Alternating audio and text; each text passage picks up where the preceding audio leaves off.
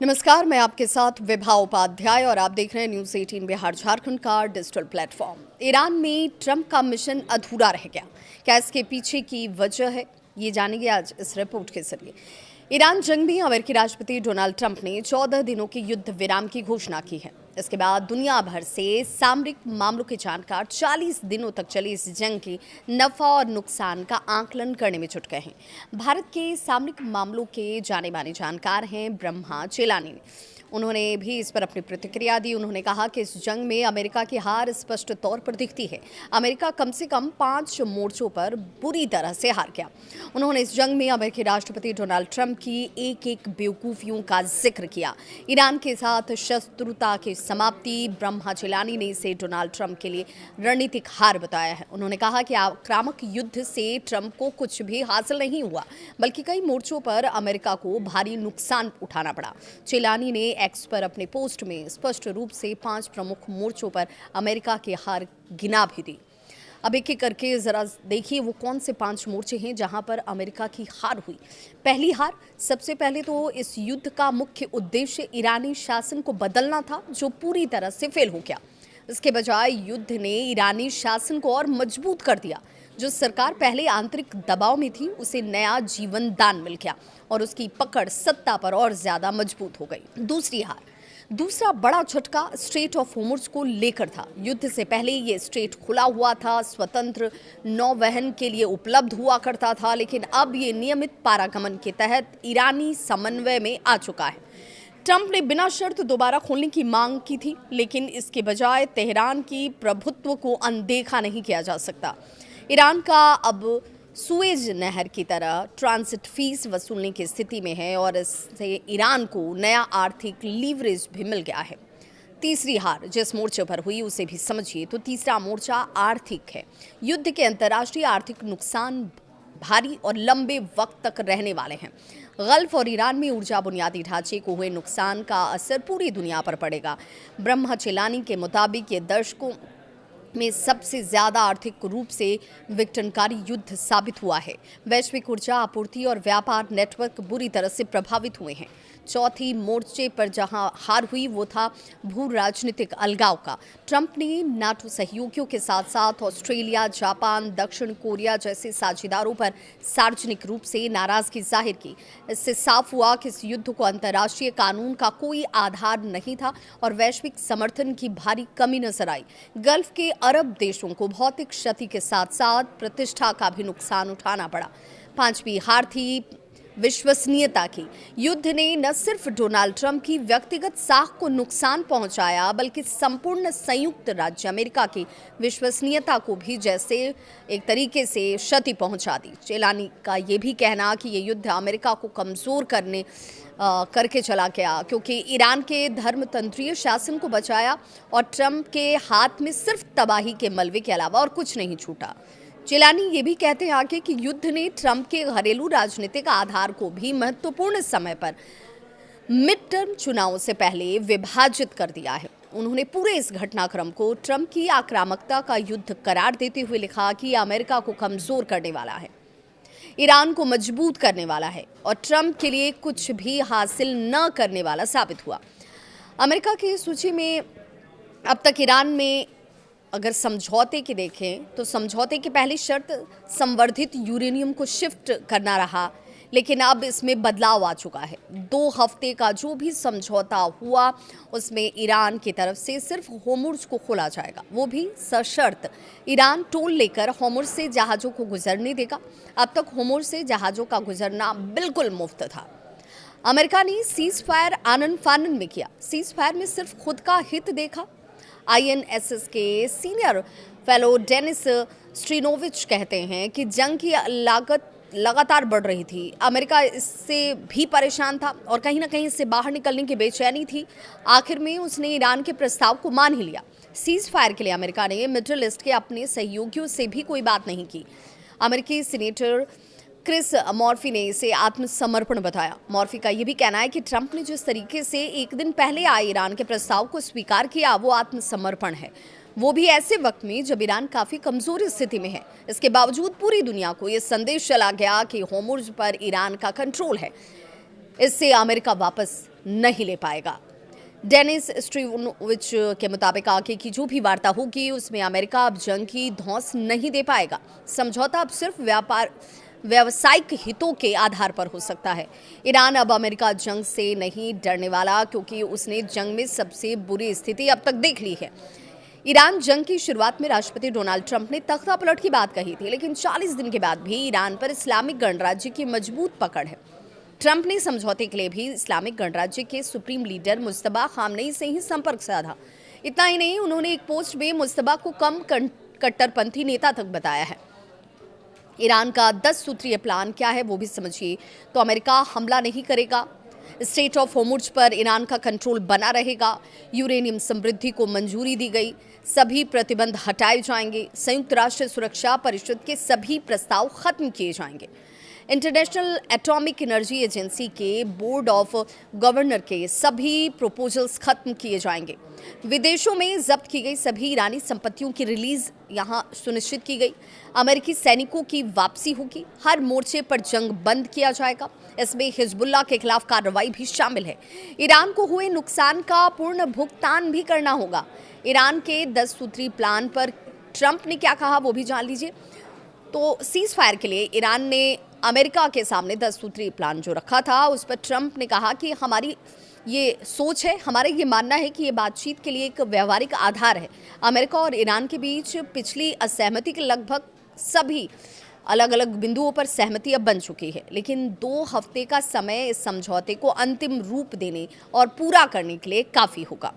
उन्होंने कहा कि ऐसा करने की वजह ये है कि हमने अपने सभी सैन्य लक्ष्य पहले ही पूरे कर लिए हैं और उनसे आगे भी बढ़ गए हैं, और हम ईरान के साथ लंबे समय तक शांति बनाए रखने और मध्य पूर्व में शांति को स्थापित करने से हिचकते नहीं हैं, डरते नहीं हैं, रुकते नहीं हैं। अमेरिका के साथ समझौते को ईरान क्यों बता रहा है अपनी जीत, वो भी जान लीजिए। तो ईरानी सरकार और सरकारी मीडिया अमेरिका के साथ हुए समझौते को वहां के शासन की एक बड़ी जीत के रूप में पेश कर रहे हैं।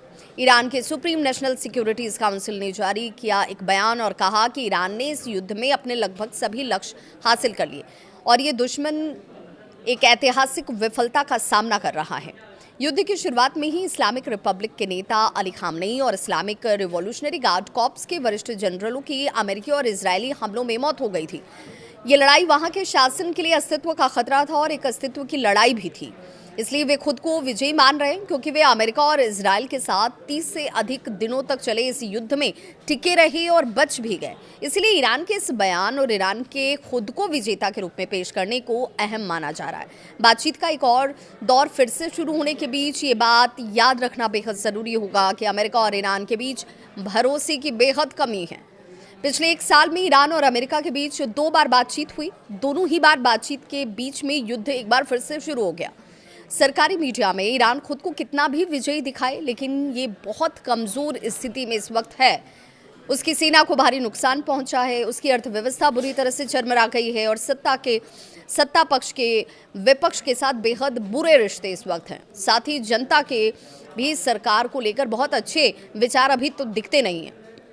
पिछले कुछ दिनों में सरकार ने ऐसे कुछ लोगों को फांसी दी जिन्होंने जनवरी के प्रदर्शनों के दौरान गिरफ्तार किया गया था। ऐसे में सरकार की जनता पर पकड़ कमजोर भी हुई और वही स्थिति उन्हें बुरी तरह से इस वक्त दिखा भी रही है। लेकिन साथ ही उन्होंने मांगे ऐसी रखी हैं जिनको मानना अमेरिका के लिए संभवतः आसान भी नहीं है। अमेरिका का ये कहना है कि उसने युद्ध विराम इस शर्त पर स्वीकार किया कि होर्मुज स्ट्रेट में समुद्री यातायात बिना रुकावट के जारी रहेगा। ईरान ये कह रहा है कि वो अपनी भौगोलिक स्थिति की वजह से होर्मुज पर नियंत्रण चाहता है और यही उसकी सबसे बड़ी प्राथमिकता है।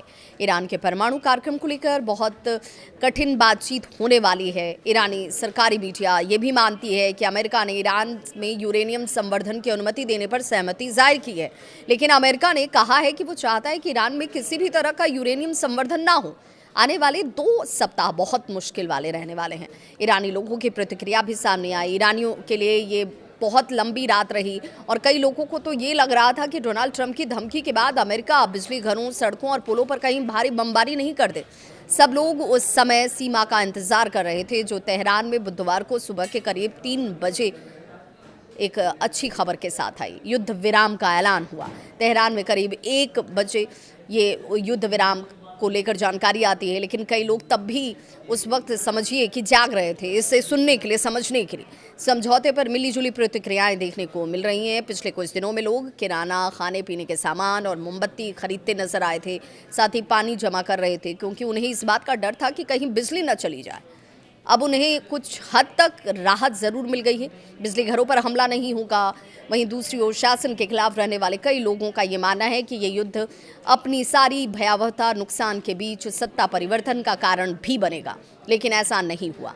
अब उन्हें एक ऐसा शासन का सामना करना होगा जो इस युद्ध में घायल हुए हैं, जिनकी अर्थव्यवस्था ढह चुकी है, वहाँ की सत्ता पहले से ज़्यादा गुस्से में है। शायद वो अपने विरोधियों के लिए उदार बिल्कुल भी ना हो। वॉशिंगटन समय के मुताबिक मंगलवार शाम 6:32 पर अमेरिकी राष्ट्रपति डोनाल्ड ट्रंप ने अपने सोशल मीडिया प्लेटफॉर्म पर लिखा कि अमेरिका और ईरान एक पक्के शांति समझौते के काफ़ी करीब पहुंच चुके हैं। उन्हें ये भी कहते हुए देखा गया कि बातचीत आगे बढ़ाने के लिए उन्हें 2 हफ्ते के युद्ध विराम पर सहमति दी गई है। ये बिल्कुल आखिरी पल नहीं था, लेकिन ट्रंप की तरफ से रात 8 बजे यानी कि भारतीय समय के अनुसार बुधवार सुबह 5:30 बजे कह लीजिए, डेडलाइन से काफ़ी ये करीब दिखा। और ट्रंप के मुताबिक इस समय सीमा तक समझौता नहीं होता तो अमेरिका ईरान के ऊर्जा और परिवहन ढांचे पर बड़े हमले करने ही वाला था। ये सब कुछ अचानक से नहीं हुआ।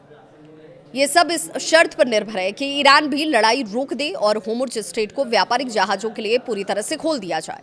ईरान ने ये भी कहा है कि वो ऐसा करेगा, लेकिन ये प्रगति मंगलवार सुबह तक बिल्कुल भी तय नहीं लग रही थी, जब ट्रंप ने ईरानी सभ्यता को हमेशा के लिए ख़त्म कर देने की धमकी दे दी थी। इस घोषणा के साथ ट्रंप ने अपनी सबसे तात्कालिक लक्ष्य हासिल कर लिया। हालांकि ईरान ने कहा है कि होर्मुज़ जल मध्य का जो रास्ता है उसका नियंत्रण अभी भी उसी के पास बना हुआ है। अब अमेरिका और ईरान अगले 2 हफ्ते तक बातचीत करते हुए दिखेंगे, जिससे स्थायी समझौते तक पहुंचने की कोशिश के लिए कुछ वक्त तो ज़रूर मिल जाएगा। ये रास्ता आसान नहीं होगा, उतार चढ़ाव आपको इस दौरान देखने को मिलेंगे, लेकिन बाजार में इसका सकारात्मक असर तो ज़रूर दिखा। ऑप्ट ओवर्स ट्रेकिंग में कच्चे तेल की बात करें तो कीमत कई दिनों में पहली बार $100 प्रति बैरल से नीचे आई, जबकि अमेरिकी शेयर बाजार के फ्यूचर्स में तेज उछाल देखा गया। कुल मिलाकर ऐसा लग रहा है कि बाजार और निवेशकों को उम्मीद इस बात की ज़रूर है कि सबसे बुरा दौर अब पीछे कहीं छूट सकता है।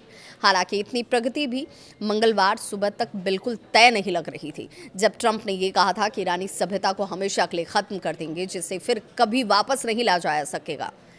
ये साफ नहीं है कि एक अमेरिकी राष्ट्रपति की इतनी चौंकाने वाली धमकी ने ईरान पर दबाव डाला और उसे उस तरह के युद्ध विराम पर सहमत कर दिया जिसे वो पहले ठुकरा चुका था। लेकिन ये तो साफ है कि डोनाल्ड ट्रंप का ये हैरान कर देने वाला और भड़काऊ बयान, जो इसी तरह के अपशब्दों वाले एक और संदेश के सिर्फ 2 दिन बाद आया था, आधुनिक अमेरिकी राष्ट्रपतियों के बयानों से बिल्कुल अलग। ऐसा पहले कभी देखने या सुनने को नहीं मिला। और अगर ये 2 हफ्तों का युद्ध विराम स्थायी शांति में बदल भी जाता है तो भी ईरान युद्ध और ट्रंप के हालिया बयान दुनिया के बाकी देशों की नज़र में अमेरिका की छवि को बुनियादी तौर पर बदल सकते हैं। एक ऐसा देश जो कभी खुद को दुनिया में स्थिरता बनाए रखने वाली ताकतों के रूप में पेश करता था, अब अंतर्राष्ट्रीय व्यवस्था की बुनियाद जो है उसको हिला रहा है। एक ऐसा राष्ट्रपति जिसने घरेलू राजनीति में परंपराओं और मानकों को तोड़ने में जैसे आनंद लिया हो, अब वही काम वैश्विक मंच पर भी कर रहा है। डेमोक्रेट्स नेताओं ने मंगलवार को ट्रंप के बयान की तुरंत निंदा की और कुछ ने तो उन्हें पद से हटाने तक की भी मांग कर दी। कांग्रेस सदस्य जोकिन्स कास्त्रो ने एक्स पर लिखा कि ये साफ है कि राष्ट्रपति लगातार कमजोर हो रहे हैं और नेतृत्व करने के योग्य ही नहीं रहे। अमेरिकी सीनेट में डेमोक्रेट्स के शीर्ष नेता चक शमर ने कहा कि जो भी रिपब्लिकन ईरान युद्ध खत्म करने के लिए वोट नहीं करेगा, वो इसके हर नतीजे के लिए जिम्मेदार होगा। हालांकि ट्रंप की अपनी पार्टी के कई नेताओं ने उनका साथ दिया, लेकिन ये समर्थन वैसा सर्वसम्मत नहीं था जैसा उन्हें अक्सर मिला करता था। जॉर्जिया से रिपब्लिकन सदस्य और हाउस आर्म्ड सर्विसेज कमेटी के वरिष्ठ सदस्य ऑस्टिन स्कॉट ने सभ्यता के खत्म होने जैसी ट्रंप की धमकी की कड़ी आलोचना की। उन्होंने बीबीसी से ये भी कहा कि राष्ट्रपति की टिप्पणियां उल्टा असर डालने वाली हैं और मैं उनसे सहमत नहीं हूं। विस्कॉनिक ने सीनेटर रॉन जॉनसन, जो आमतौर पर ट्रंप के समर्थक माने जाते हैं, ने यह भी कहा कि अगर ट्रंप अपनी बमबारी की योजना को लागू करते हैं तो ये बहुत बड़ी गलती होगी। टेक्सास के कांग्रेस सदस्य नेथलियन मोरेन ने सोशल मीडिया पर लिखा कि वो पूरी एक सभ्यता के विनाश का समर्थन नहीं करते। उन्होंने लिखा, ये हम कौन हैं ये नहीं दिखाता और ये उन सिद्धांतों के भी खिलाफ है जिन्होंने लंबे समय तक अमेरिका का मार्गदर्शन किया है। अलास्का के सीनेटर लीजा मुर्कोविस्की, जो अक्सर राष्ट्रपति के समर्थन में नहीं दिखती हैं, अलग रुख अपनाती हैं, उन्होंने भी साफ शब्दों में कहा कि राष्ट्रपति की ये धमकी ईरान के साथ बातचीत में बढ़त हासिल करने की कोशिश कहकर नज़रअंदाज नहीं की जा सकती। हालांकि व्हाइट हाउस का ये तर्क ये हो सकता है कि दबाव काम कर गया। युद्ध विराम की घोषणा करते हुए अपने ट्रुथ सोशल पोस्ट में डोनाल्ड ट्रंप ने कहा कि अमेरिका ने अपने सभी सैन्य लक्ष्यों को पूरा किया और उससे भी आगे बढ़कर हासिल कर लिया। ईरान की सैन्य क्षमता को काफ़ी हद तक कमज़ोर कर दिया गया। हालांकि उसका इस्लामिक कट्टरपंथी शासन अब भी सत्ता में है, लेकिन उसके कई शीर्ष नेता बमबारी और हमलों में मारे जा चुके हैं। फिलहाल अमेरिका के कई घोषित लक्ष्यों को लेकर अभी भी अनिश्चितता बनी हुई है। ईरान की यूरेनियम इनरिचमेंट पर स्थिति स्पष्ट नहीं है, ये उसके परमाणु हथियार कार्यक्रम की नींव है। इसके अलावा ईरान का क्षेत्रीय सहयोगी समूह पर अब भी प्रभाव बना हुआ है, जैसे कि यमन में सक्रिय हुती विद्रोही। और अगर ईरान बिना किसी टोल या शुल्क के शर्त के होर्मुज़ स्ट्रेट को पूरी तरह से खोल देता है तो भी इस अहम जियोपॉलिटिकल रास्ते पर उसका नियंत्रण पहले से कहीं ज़्यादा स्पष्ट हो चुका है। ट्रंप के युद्ध विराम संदेश के बाद जारी बयान में ईरान के विदेश मंत्री सैयद अब्बास अराक्ची ने यह भी कहा कि ईरान अपनी रक्षात्मक कार्रवाई रोक देगा और होर्मुज़ से सुरक्षित आवाजाही की अनुमति देगा, जो उसकी सशस्त्र सेनाओं के समन्वय से तय होगी। उन्होंने ये भी जोड़ा कि अमेरिका ने ईरान की 10 पॉइंट्स योजना के सामान्य स्ट्रक्चर को स्वीकार कर लिया है। इस योजना में अमेरिका से अपनी सैन्य ताकत क्षेत्र से हटाने, ईरान पर लगे आर्थिक प्रतिबंध हटाने, युद्ध के नुकसान की भरपाई करने, होर्मुज़ पर ईरान का नियंत्रण बनाए रखने जैसी शर्तें शामिल हैं। ये कल्पना करना मुश्किल है कि डोनाल्ड ट्रंप इन सभी शर्तों को वास्तव में मान लेंगे। ये संकेत देता है कि आने वाले 2 हफ्तों की बातचीत काफ़ी कठिन और जोखिम भरी हो सकती है। फिलहाल के लिए ये ट्रंप के लिए एक राजनीतिक जीत की तरह ज़रूर दिखाई देता है। उन्होंने एक नाटकीय धमकी दी और मनचाहा परिणाम हासिल कर लिया, लेकिन ये युद्ध विराम सिर्फ एक अस्थायी राहत है, स्थायी समाधान नहीं है। राष्ट्रपति के बयानों और कदमों की और पूरे युद्ध की दीर्घकालिक कीमत क्या होगी, इसका पूरा आकलन अभी किया जाना बाकी है।